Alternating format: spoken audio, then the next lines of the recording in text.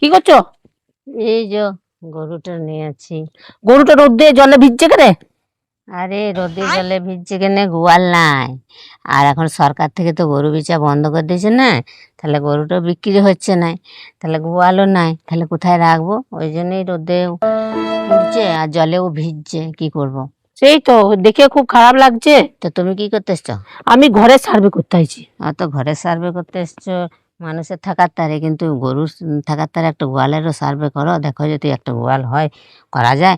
কেন এদিকে তো থাকতে হবে, এদিকে যখন বিচা বন্ধ করে দিয়েছে তাহলে এদিকে কোথায় রাখবো?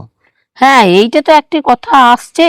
তাহলে গরুটার আধার কার্ড আছে তো? গরু বাছুরের কি আধার কার্ড আছে? ওটা তো হয় নাই। যখন সরকার থেকে করবে তখন করবো, কিন্তু এখন তো নাই, এখন কোথায় পাবো?